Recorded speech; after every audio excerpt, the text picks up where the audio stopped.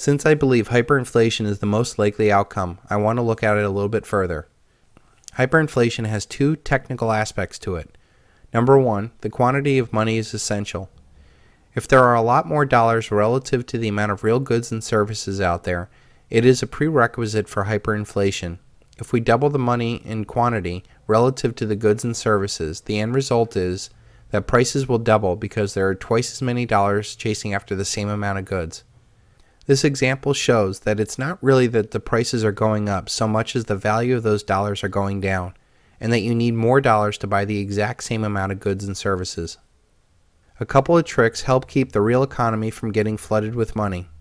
First, most money is kept in paper assets and out of the goods and services economy. When trillions only circulate in paper assets like stocks, bonds, and derivatives, it is kept out of the real economy. Also, when foreign nations hold our currency overseas to, say, buy oil or conduct international trade, those dollars are kept from the real goods and services economy of the United States. Number two, the other major technical element in a hyperinflation is the velocity of that money. If the perception is that money is scarce, people tend to hold off paying their bills until the last minute and even slow pay. But as people find that the currency is losing purchasing power, people will find it necessary to spend that money as fast as they can before it loses more purchasing power and prices go up. But hyperinflations are really psychological events, since there is certainly enough quantity of money relative to real goods and services to blow through a hyperinflation at any moment.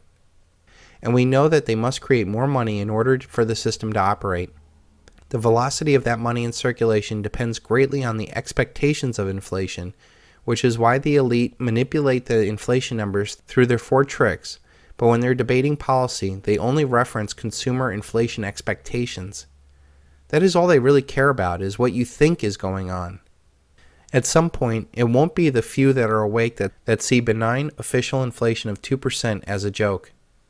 People will see real prices rising, and they will start out of either necessity or greed to start dumping their money in paper assets and into real things as they become scarce and more expensive.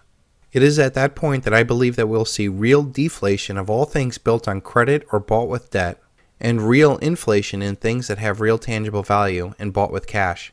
As people lose faith in the currency, and it fails to buy the necessities of life, people will sell paper assets trying desperately to maintain what they have been accustomed to, and will focus more and more money at a faster velocity on things that are necessary for life.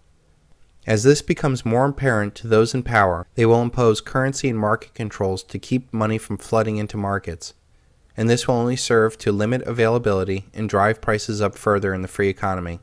Then come the bank holidays and the heavy-handed politics, and it's all downhill from there.